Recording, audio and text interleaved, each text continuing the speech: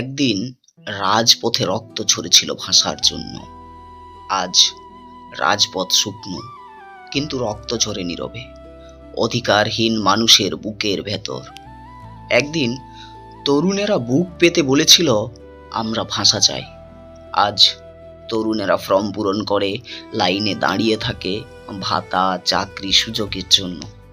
আর অপেক্ষা করতে করতে তাদের চোখের ভাষায় যেন কোথায় হারিয়ে যায়।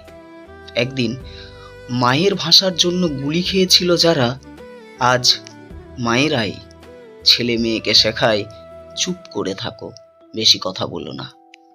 এ কেমন স্বাধীনতা, এ কেমন স্বস্তি, যেখানে সত্য বললে কণ্ঠ রুদ্ধ হয়, যেখানে প্রতিবাদ মানেই দাগ, মামলা, অপমান। জানেন তো, ২১ মানে ছিল আগুন।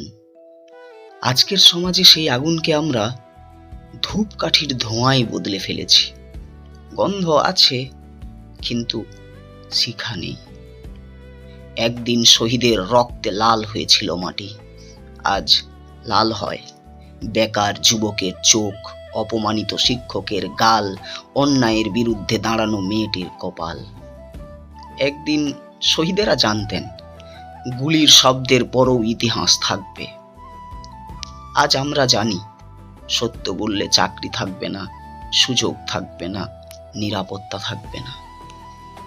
তবু প্রশ্ন রয়ে যায়, যে ভাষার জন্য তারা মরেছিল, সেই ভাষাই কি আমরা সত্য বলছি, নাকি শুধু প্রশংসা লিখছি, নিজের স্বার্থের বিজ্ঞাপন? আমরা কি তবে শুধু ফুল দিই, শহীদ মিনারে মালা দিই, আর ঘরে ফিরে নিজের ভয়কে প্রণাম করি?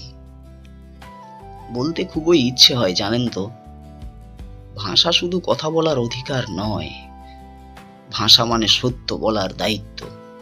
যদি সত্য বলার সাহস না থাকে, তবে এই আজকের ২১ শুধু ক্যালেন্ডারের তারিখ ছাড়া আর কিছুই নয়। যদি কণ্ঠে সত্যের আগুন না জ্বলে, তবে ২১ কেবল ছাপা অঙ্ক। আর আমরা শহীদের রক্ত মাখা মাটির সামনে নত মুখে দাঁড়ানো একটা জীবন্ত আসামি।